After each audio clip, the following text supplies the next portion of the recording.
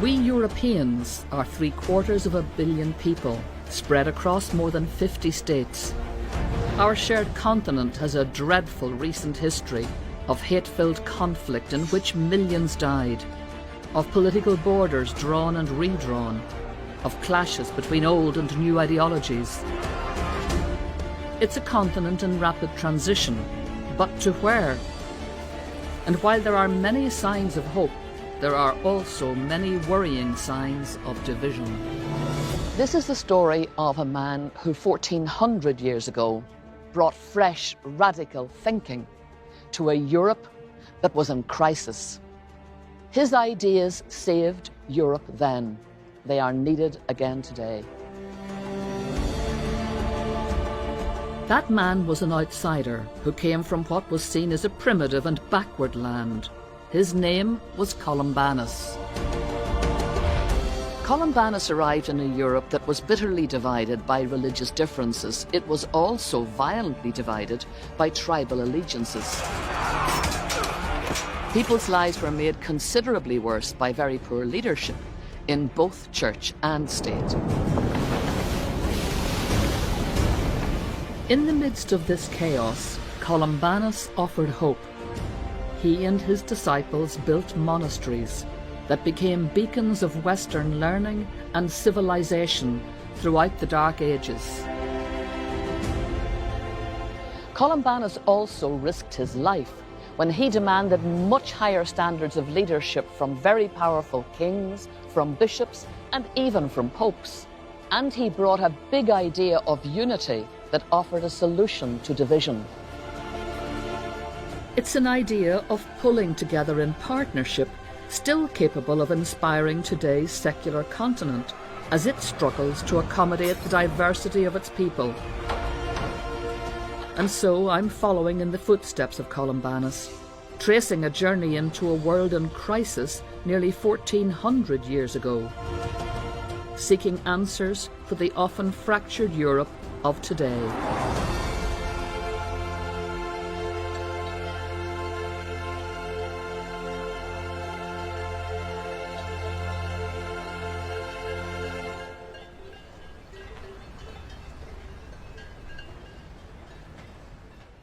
The Roman Empire. From the 1st to the 5th century, that empire brought an advanced civilization to a massive landmass that stretched from the sands of North Africa to the ramparts of Hadrian's Wall. The territories of this powerful empire benefited from its engineering, its law and order, and the sophisticated learning of Greek and Roman civilization. Columbanus brought a lot to Europe, yet interestingly he was a rank outsider. He came from the only country in Western Europe to stay outside of the Roman Empire. Yet his achievements took place against the backdrop of its rise and fall. Ireland lay on the edge of Europe, beyond the Roman Empire. An island without books, roads and towns. An island so remote and so apart that Columbanus and his fellow Irish were viewed as mere barbarians. But by the time Columbanus was born in the 6th century, Europe was in a state of flux. Columbanus' life played out in a Europe plunged into violent chaos by the collapse of the Roman Empire following attacks by barbarian tribes.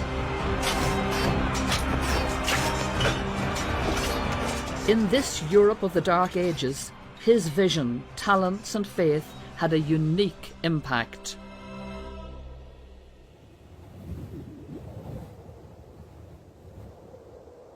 While Roman civilization collapsed, so-called uncivilized Ireland was undergoing a radical social and cultural revolution. It was the fruits of this Irish revolution that Columbanus would bring to Europe. We're told that Columbanus was a popular and attractive young man, born in the centre of Ireland in Leinster, probably to a wealthy landowning family, around the year 550. Columbanus was the first Irishman to leave a body of written work. He was also the first to have a biography written about him shortly after his death. However, we should read that book with care because it conveys Columbanus as a very saintly hero. You know, I really am tired of these old-fashioned traditional lives of the saints. They're so syrupy and full of gross exaggerations. There was a real Columbanus, and we need to find the real Columbanus.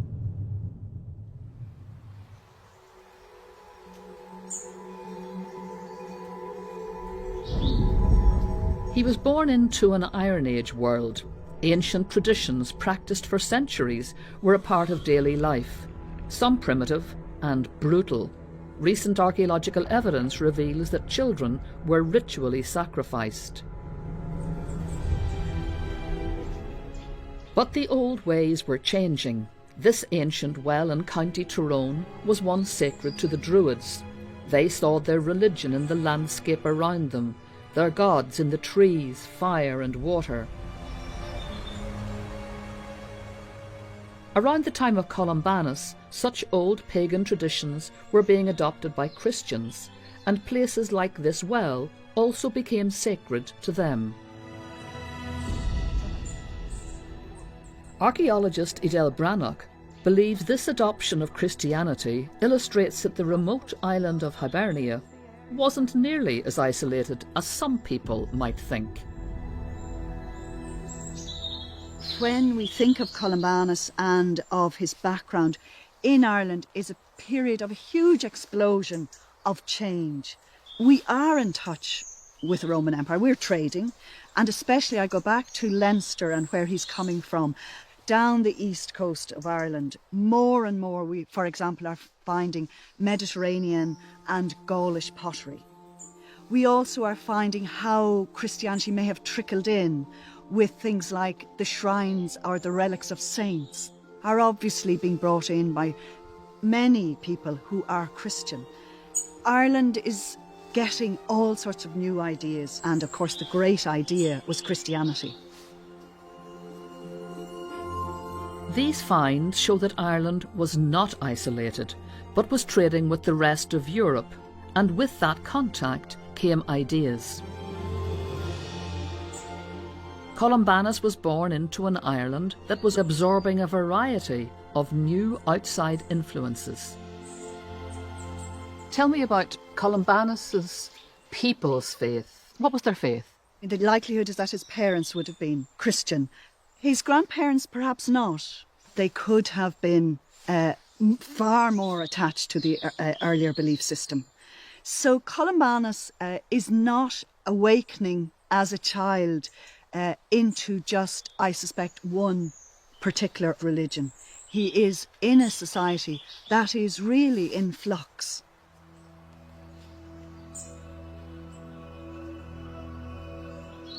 I find it just intriguing to think that Columbanus's Ireland is such an exciting place, open to the world, trading goods, services, ideas, and the biggest idea is Christianity.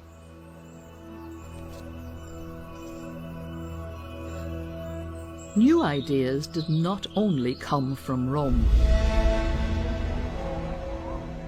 Fresh finds reveal that Ireland was also trading with, and therefore open to ideas, from Africa.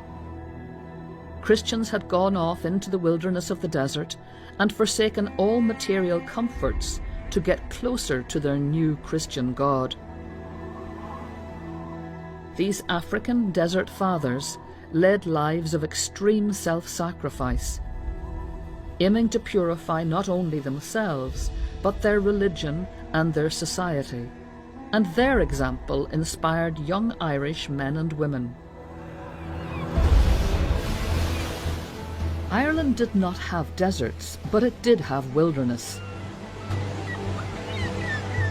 Early Irish Christians sought out remote islands, cliffs and mountainsides, where they lived simple lives of personal sacrifice and prayer. These Christians came together in monastic communities. More and more of these communities were appearing throughout Ireland.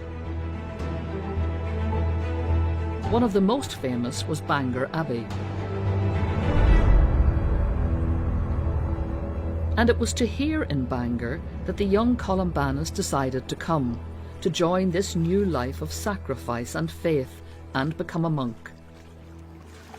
You know, I'm wondering why a handsome, attractive young nobleman who could have had an easy life would turn his back on his family and make his future in a monastery.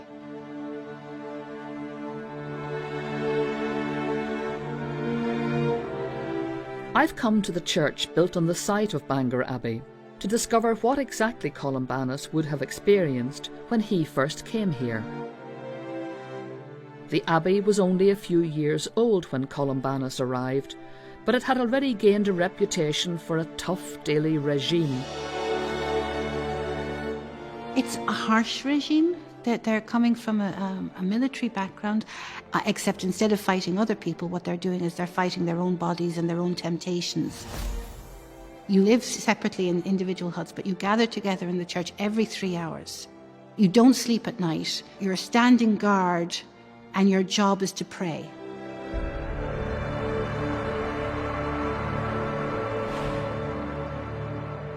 They'd fast a lot.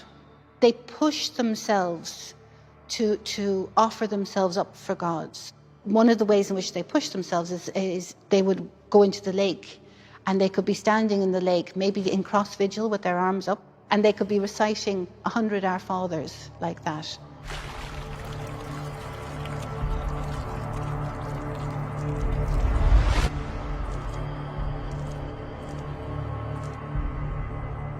The rules are very strict about total obedience to the abbot. You don't backchat, you don't gossip, you don't ever question what he says. He is the guy in charge. So they created a tight-knit community partly by the harshness and the rigour of the regime. That regime, which he aspired to be part of, that seems to be very, very harsh and difficult, why would anybody undertake such a life voluntarily? I mean, we say harshness in a negative sense, but people admired that. And there are people who want to be the very best and who will push themselves to the ultimate extreme in order to be the best.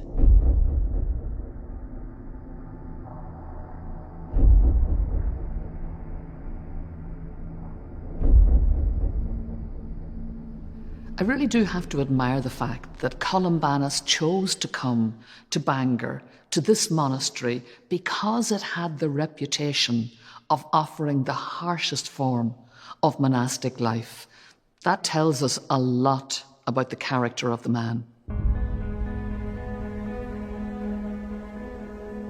Columbanus's Bangor Abbey was a place where young men sought to purify the world through purifying themselves. But it also became one of the first urban centres in Ireland. The surviving ruins of Glendalough give us a better understanding of what foundations like Bangor Abbey must have been like.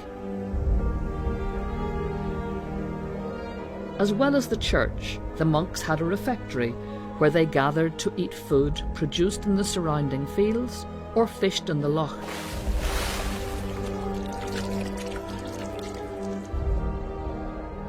More importantly, perhaps, for Columbanus, there was also a scriptorium where books were made, as well as a library and a school.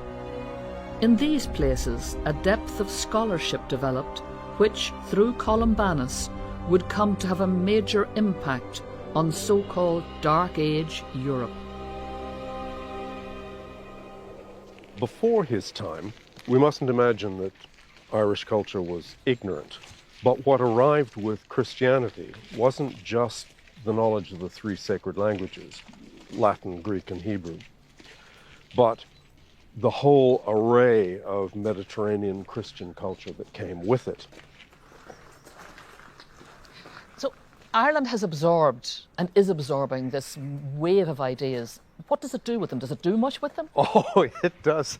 It does everything with them. The first thing the Irish made themselves masters of was grammar. And they created a whole library of new Latin grammars. And the second thing they did was to make themselves the best mathematicians in Europe. And the Irish very quickly become the masters of this in the whole of Western Europe. You've described to us how Ireland absorbed so much that was rich from Europe. What did they do with that? Did they return the compliment? Did they do anything with it? They invented new forms of script. In ancient Hebrew and Greek and Latin, the writing was continuous, scriptura continua. But the Irish broke these up by putting spaces between words. Most that you and I take for granted on a modern printed page is an invention of the Irish in the 6th and 7th centuries. Tell me then, when Columbanus, in his 40s, decides to head to Europe on a missionary endeavour, what's in his thinking? Well, he knows things that they don't. He's got the zeal that the Irish have. I mean, the Western Empire is running down and has run down. There are no more Roman emperors in the West. It's only barbarian kings. And the Irish come with no army, with no economic power, only intellectual acumen. The only thing they have is persuasiveness. They are the masters of argument, and they are the exhibitors of a peculiarly rigorous religious life.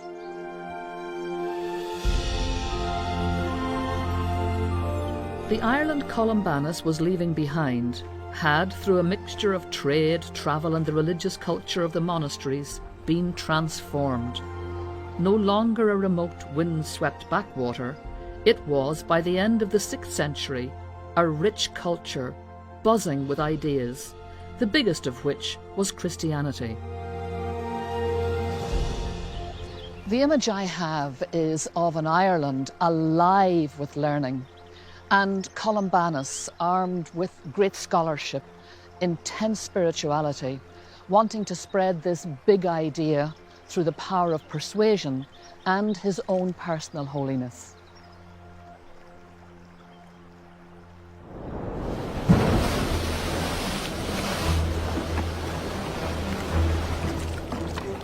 Columbanus travelled to Europe with a spiritual and a political vision that would challenge the most powerful leaders of the continent. A vision still relevant in today's pluralist and secular Europe. Columbanus, now in his 40s, set sail from Bangor, leaving behind once again everything familiar, everything he's ever known, heads towards a chaotic Europe, to a life, well, who knows what it's going to hold for him. Columbanus and the small group of disciples who travelled with him may well have landed at Cornwall first, where a church dedicated to him still exists. They continued on to France and a Europe which he would enrich by bringing scholarship and spirituality from Ireland, where he would risk his life challenging those in power.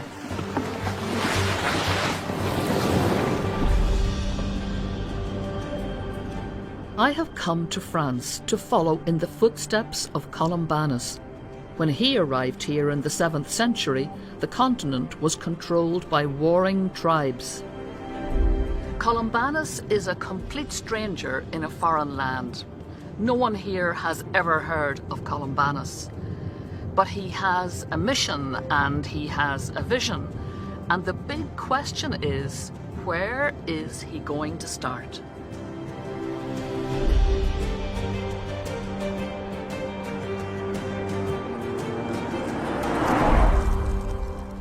From Brittany, Columbanus made his way to Annegray in eastern France, where he built his first monastery. Today, French and Irish archaeologists are undertaking a major survey of the site. As they dig, clues are emerging that answer questions about Columbanus. Why did he choose to build here? And how did a so-called barbarian manage to get this site in the first place? We know just he met the king of Burgundy, Sigisbert, and Sigisbert gave him this area, this space. it was probably a holy area. A holy place, a sacred place. Yeah, absolutely, absolutely. Because we found, you can see on this map, we found the plan of a temple, a Roman temple, just 20 meters from here. So, a king gives a complete stranger from Ireland called Columbanus what you are telling me is a very important Roman site. It was an important Roman site. But Columbanus was an important person. And Columbanus was like, how to say, le représentant. The representative. The representative of the king. Columbanus clearly impressed the King of Gaul. Evidence from the dig suggests that Columbanus shrewdly convinced the king to build a monastery as a way of defining his territory.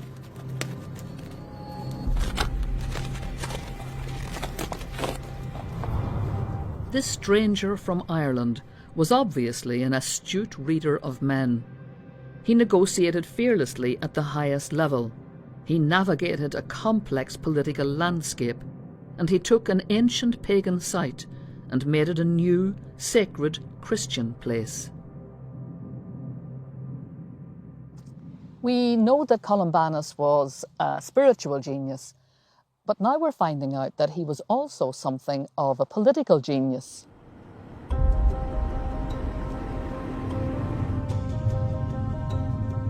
So great was the demand to join the way of life that Columbanus had brought from Ireland that within a few years he returned to the king and negotiated a second monastery site in nearby Luxeuil.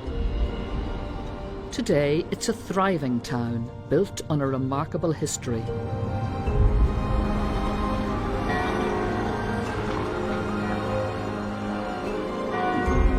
Yes. Sebastien and his team are slowly uncovering that history, digging deep into the past at the site of Columbanus' second monastery. They believe there was already a small, though weakened, community of Christians here who had survived the barbarian invasions. The city of Luxeuil was an antique city, and in the middle of the 4th century, there was some barbarian invasion. And reimagine until now, the city was totally destroyed. But in fact, it wasn't. And when Columbanus arrived in this city, he discovered a Christian community. Because in this place, we are in a Christian church of the 5th century. Before Columbanus? Before Columbanus. There was a Christian people 1 century and a half before Columbanus, yes. When Columbanus arrived, Luxeuil was a city in decline, and Christianity in the region was also in decline. So what did he bring? What did Columbanus bring to that situation? Columbanus impulsed a new spiritual energy. He invented a new form of monastic way of life. So a monastic way of life who came from Ireland. It was a way of life that quickly captured hearts and minds. Soon Columbanus opened a third monastery at Fontainebleau. This place is such an impressive sight. It's a very special place where you feel deeply in the presence of Columbanus and in his world as it was at that time. Here among these ruins, I really am getting a sense of the sheer scale of the challenge facing Columbanus to revitalise this people, this church in decline.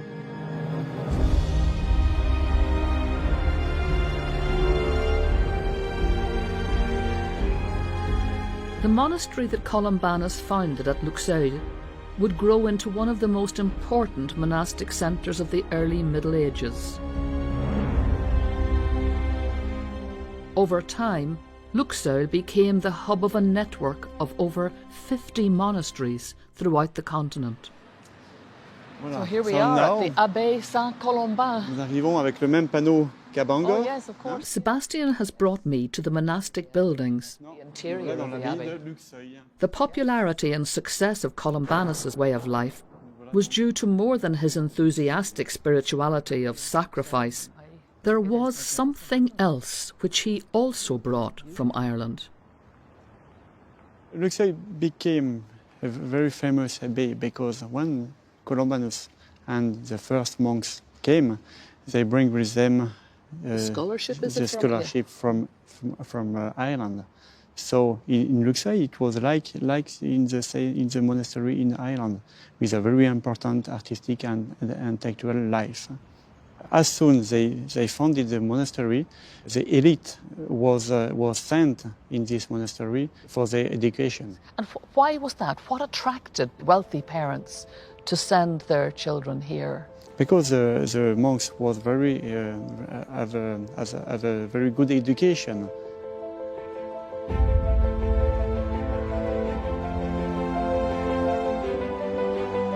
The sons of the European elite became the monks' students, and these students became the abbots, bishops and kings of Europe.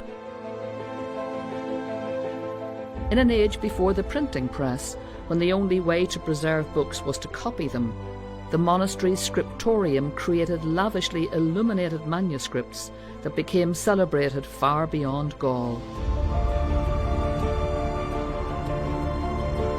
I can see why Columbanus stood out, a wild-haired Irish scholar, passionate about faith, learning and a new spiritual life.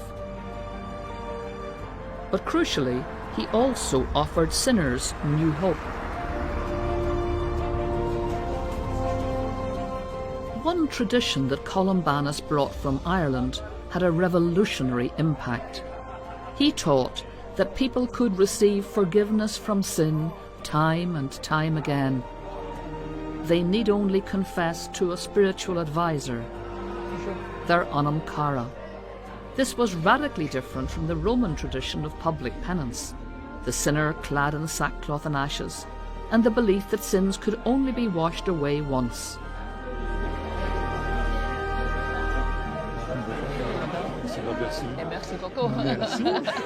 For ordinary sinners like me, it was a doctrine of hope. Before Columbanus, in the first centuries of Christianity, the forgiveness of God was given only once in the life. So generally speaking, people were waiting the end of life to ask the forgiveness of God. And sometimes they were waiting too long, and it was not possible. But for the Irish monks and for Columbanus, the idea was every day we have to ask the forgiveness to God. And this is a new idea that the Irish monks introduced into the Catholic Church. So he's saying you don't have to wait until the end of your life. You can have forgiveness every day. Exactly, yes. It's a new idea that forgiveness of God is possible if they are sincere. This sounds to me like a very different idea of God from the harsh, judgmental God to the gentle, loving, forgiving Father. Yes, this is the idea of a God of love.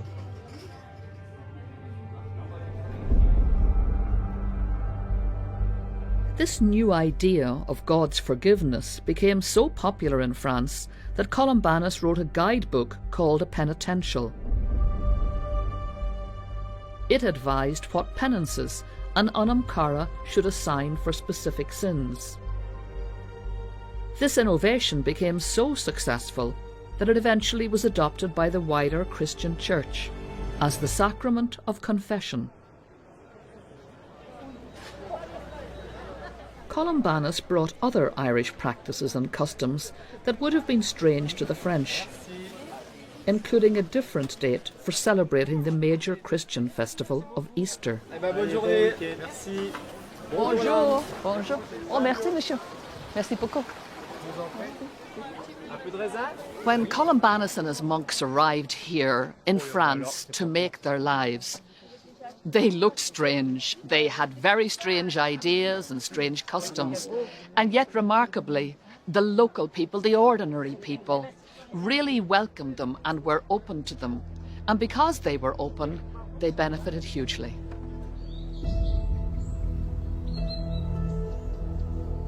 Columbanus's monastic way of life reinvigorated Christianity. His learning underpinned a sophisticated scholarship that informed generations of European leaders. The practice of the unum cara introduced a revolutionary concept of forgiveness that transformed people's lives. Little wonder, then, that Columbanus is still honoured in this area, particularly here in these woods, where he spent time alone in the wilderness, maintaining another Irish custom, that of making a retreat, of finding God in the natural world around him.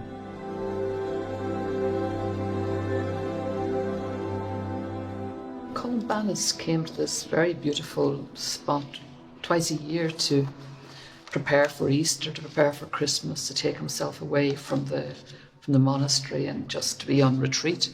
And it's interesting that so many people, 1400 years later, are still coming here to this spot, writing in these books as if they could almost encounter him here, physically as well as spiritually. There is no doubt that Columbanus made a big impact in Gaul, but he also made enemies by going against the grain of the established church hierarchy. Columbanus seems to have been very well received generally, but then he had problems with the bishops. What was it about Columbanus that these bishops didn't like? Columbanus founded 3 monasteries in this area without any permission from bishops. He asked nothing to the bishop of this area, only from the king. Columbanus annoyed the bishops, not only with his practice of foreign customs. On the continent, bishops expected abbots like Columbanus to obey them. But in Irish custom, an abbot was of equal rank to a bishop. Not only did Columbanus see himself as equal, his faith and life were built on a rejection of worldly values. So when he saw how well some princes of the church were living, he was not impressed. Some bishops were very earnest. They were really bishops. Some others were people from the high society, coming from families very wealthy. And they had chosen the way of the church for political reasons. So they were living in towns, sometimes with mistresses, and they had nothing to do with gospel. And Columbanus could not admit such a way of life for a Christian.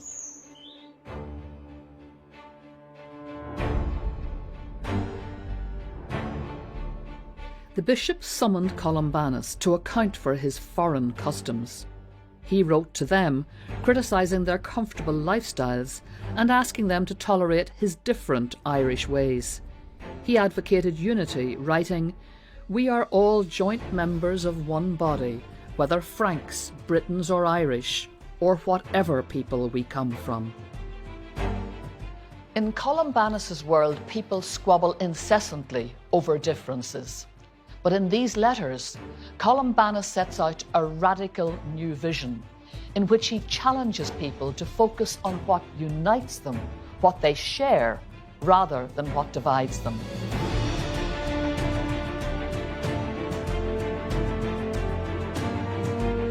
The letter is fascinating. It may be one of the first written expressions of an international, shared sense of identity, which crosses boundaries of nationality and race.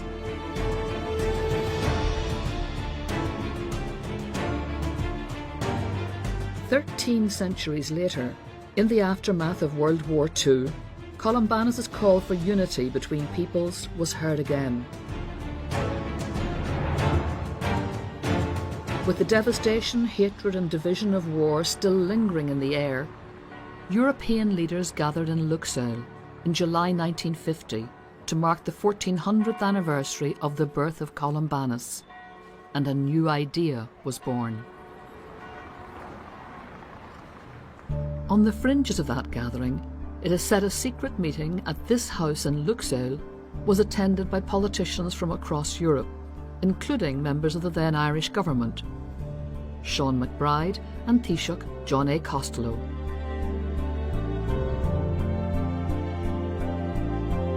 The idea of a Europe united in diversity may very well have started here in this house in the name of Columbanus.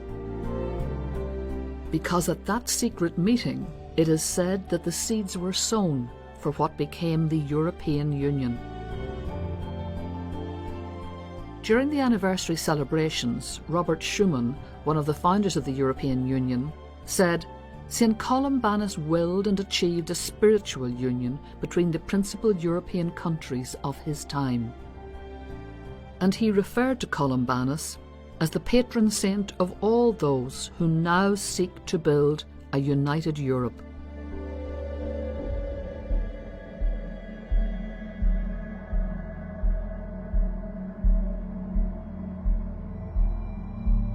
Back in the 7th century Luxeuil, things started to go badly wrong for Columbanus. Although he worked with powerful leaders to achieve his aims, Columbanus was not willing to compromise his principles for them. When asked to condone the king's keeping of mistresses, he refused. It was a dangerous and brave act by Columbanus. The king had already killed a bishop who criticised his private life.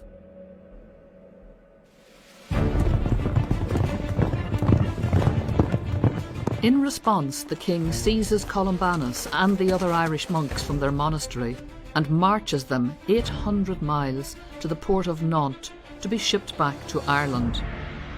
From his cell in Nantes, Columbanus writes a moving farewell letter to his monks back in Luxeuil. Columbanus is at his lowest ebb. He feels a complete and abject failure, and yet he's able to write to his fellow monks and tell them to love and to forgive. His community of monks is now made up of many different nationalities, and in his letter to them, Columbanus again stresses the power of unity and also forgiveness. He urges them to forgive the king who seized him. That's a message which, it seems to me, is as relevant in today's angry 21st century as it was in the time of Columbanus. Then Columbanus's luck improves. There is a storm in Nantes, and the boat transporting him and the other monks back to Ireland is unable to leave port. The captain, believing this is a sign from God, releases the monks, and so they are free men again.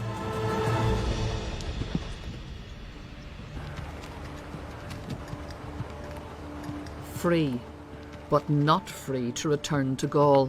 So Columbanus and his Irish monks set out on yet another journey, an epic trek across Europe and along the banks of the Rhine to Brigantium.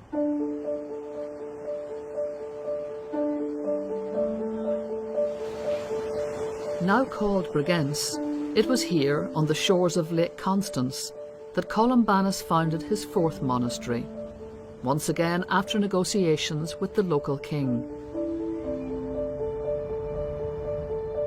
Statues mark his legacy today, but in the 7th century, Columbanus, his disciples and their Christianity were rejected by the people of Brigantium, a rejection that would end in violence. When 2 of his monks were brutally murdered, Columbanus felt he had no choice but to leave.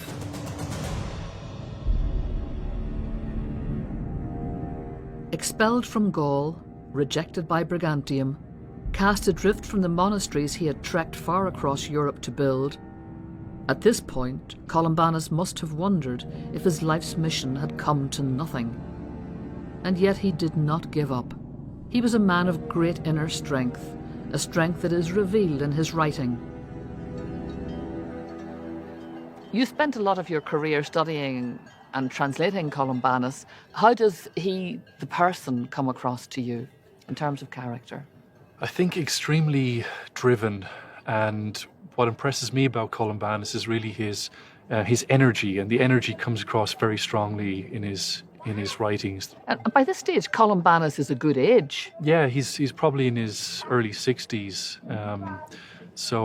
And he's trudged across most of Western Europe by this stage. Tell me about his spirituality.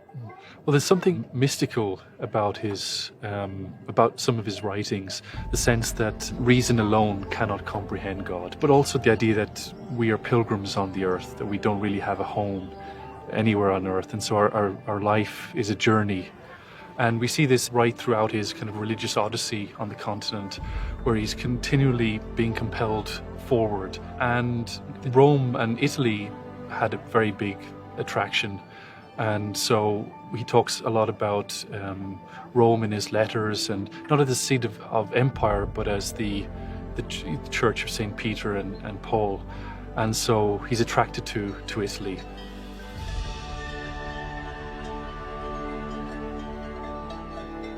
Behind me are the Alps, and beyond them, Italy.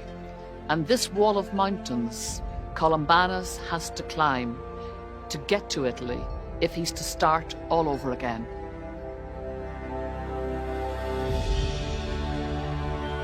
While Columbanus headed for Italy, one of his disciples, who had followed him all the way from Ireland, chose to stay on the shores of Lake Constance and build a hermitage in the wilderness. That disciple's name was Gall, and his hermitage became the monastic town of St. Gallen in Switzerland, which grew into another major centre of spirituality and scholarship in Europe.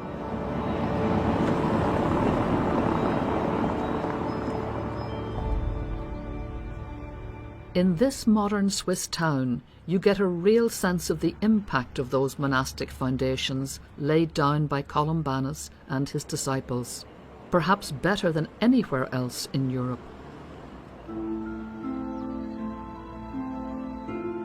St. Gallen is a special place because not only are the abbey buildings still standing, but the library also survives.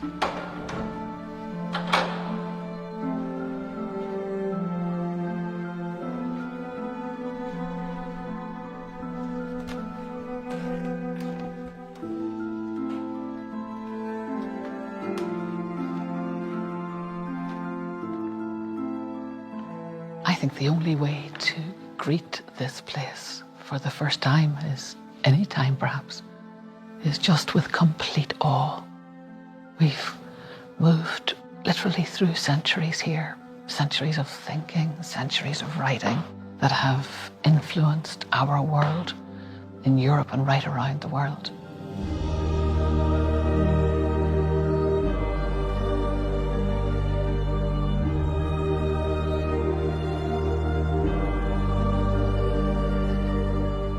It's quite a wonderful feeling to be in the place where a small group of Irish monks with great intellects and a great scholarly discipline who leave their country, who come here with very little except what they have, brain power they have.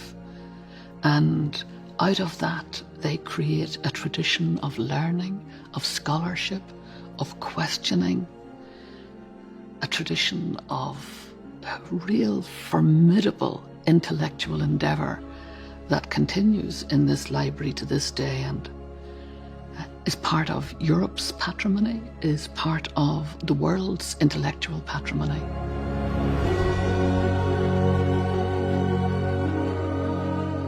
This library remains a majestic monument to how the treasures of European civilization were preserved by Columbanus and other Irish monks.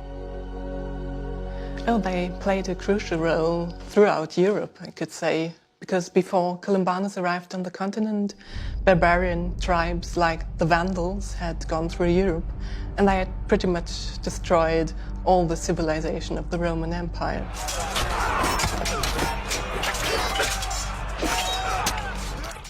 But when the Irish monks arrived, they brought classical learning with them, and they valued classical scholarship very highly, and their standard of Latin was very high as well. So you could say that the Irish helped save the Roman culture for us, and they brought back Christianity to the continent. And in this library, over 1,000 years later, you can still find evidence of the monks who came from Ireland, with the artistry and literacy skills to make books in a time before printing presses, when, without the copying of books by hand, no knowledge would be passed on. St. Gall has still got the largest collection of Irish manuscripts on the continent, and sometimes in these manuscripts you find notes in the margins written by the scribes themselves, and they are complaining about the arduous task of writing or composing little poems as well as commenting on the text. Isn't that just typically Irish, complaining and composing poetry?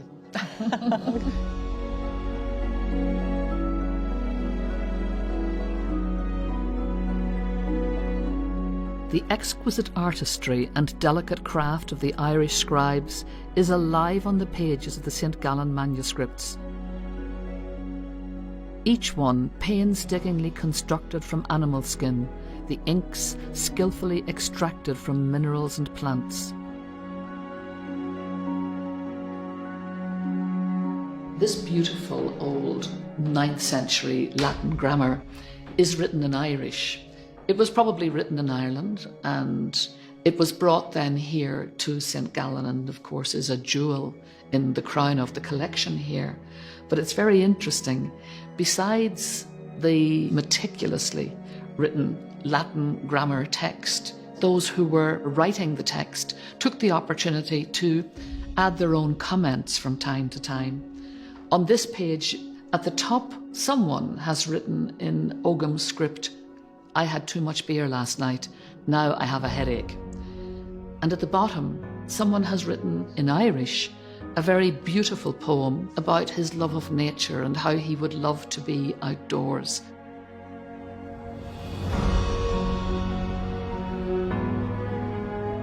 In the majesty of the buildings here in St. Gallen, we can see how people on the European mainland benefited by being open to people they had previously seen as barbarian, as less than human. Columbanus and his disciples left a legacy of monastic foundations that saved and transmitted the knowledge not only of Christianity, but of Greek and Roman classics, which these monks copied and preserved. Before Columbanus, the Irish were seen as uncivilised from the edge of the world. It is with him that the legend of Ireland as a holy island, as the land of saints and scholars, begins.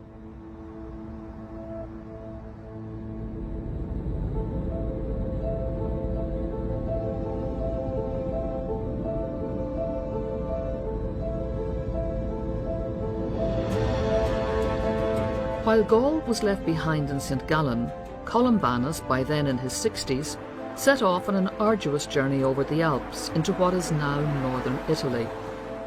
It was the kingdom of another barbarian tribe, the Lombards. He went to the king of Milan and negotiated land on the site of an abandoned church in Bobbio. It would be his fifth and final foundation. When Columbanus arrived here, he began labouring and chopping down trees to build a monastery. That monastery, like Luxeuil and Gallen, would become a major centre, not only of spirituality, but of culture.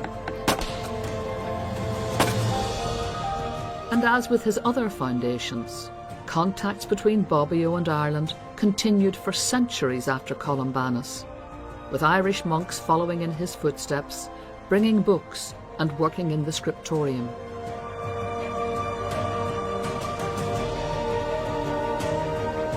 But Columbanus wasn't content to build just a new monastery. He also wanted to build a more united Europe. That required good leadership, and he wasn't afraid to take on the most powerful leader of all, the Pope.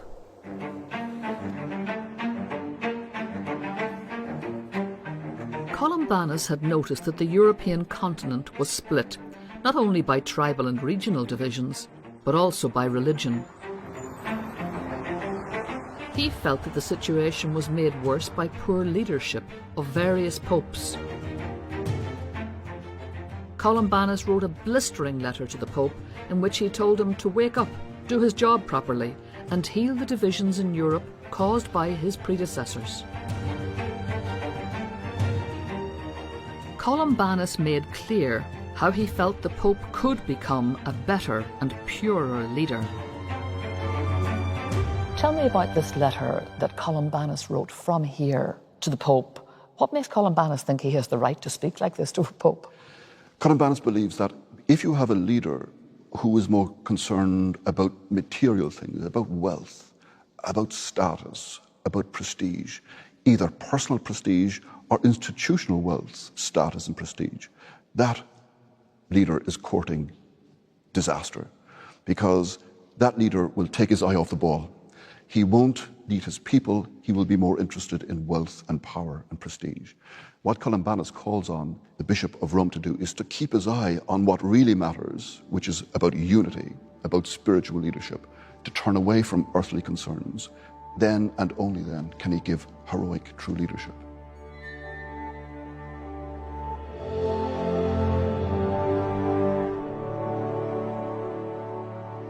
Columbanus had very clear views about what made for good leadership. A good leader was principled, prepared to sacrifice. A person who gave service, was not interested in self-service. With that kind of leadership, you could build trust, you could build hope, you could lead people to a better place. According to tradition, Columbanus's own journey through life ended at the cave he used as a retreat, here in Bobbio, 1400 years ago, on the 23rd of November, 615.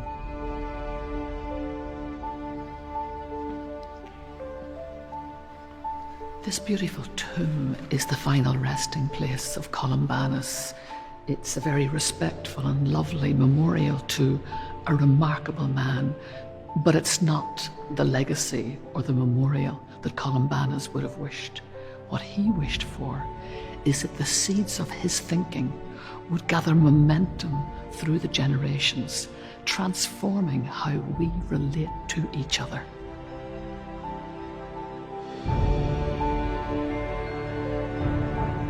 Columbanus was buried here in the crypt of the monastery he founded, now the Basilica in Bobbio.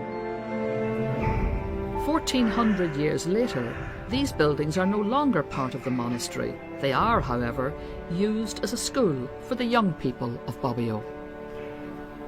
Do you think Columbanus' ideas, sue idee, sui pensieri, sono più importanti adesso che nel passato? Yes. You are all young Europeans. When you become a mother or a father, will you teach your children about Columbanus? Will you tell them about Columbanus? Yes. Let's take 5 words that are about Columbanus. Tutti insieme. Rispetto, respect. Honesty. Love. Peace. Faith. Courage. I suppose it's no surprise that the children here are fascinated by the history of Columbanus. But what I find striking is how important he is to them, what an inspiration he is to them today. I can't imagine that Irish school children would be able to talk about this remarkable Irish saint with the same level of knowledge and passion.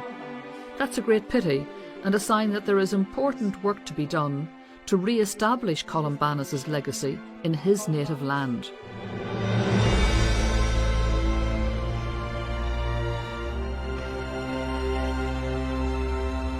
"1400 years after his death, the wild-haired Irish monk, with his radical ideas, spirituality, scholarship, and fearlessness, continues to inspire.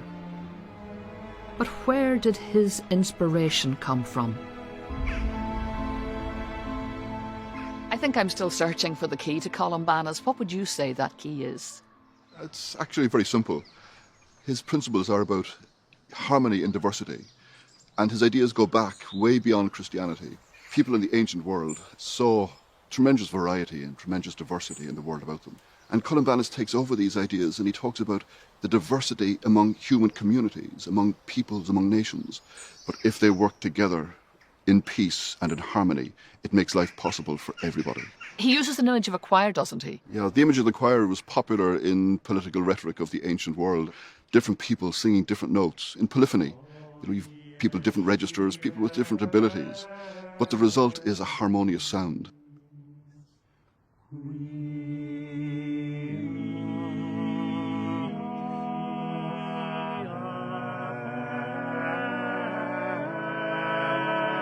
A choir is a very powerful image for conveying Columbanus' philosophy of harmony in diversity.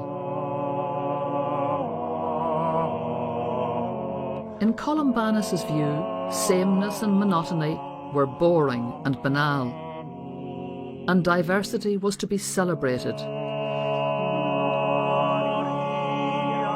The variety of different voices makes the whole stronger.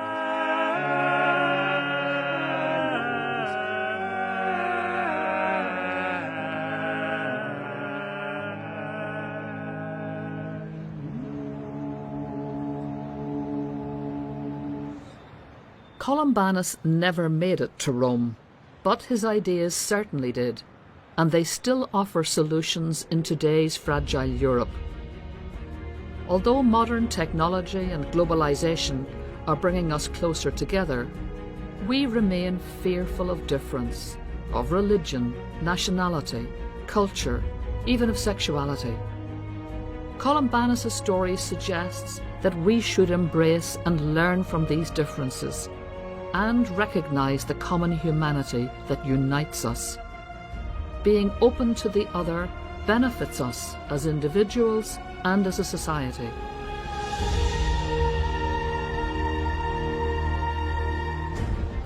What Columbanus is telling us is that the peoples of this very, very diverse Europe have nothing to lose and everything to gain by working well together. By learning from Columbanus, our first European, through harnessing our national and European identities and pulling together, it seems to me the problems of Europe can be solved. There is a line in Micheál O'Shea's poem Wound, which speaks of a fabric stitched and toughened in its darn. That's Columbanus' Europe, a patchwork quilt of different peoples and histories painstakingly stitched together, and all the stronger for the stitching.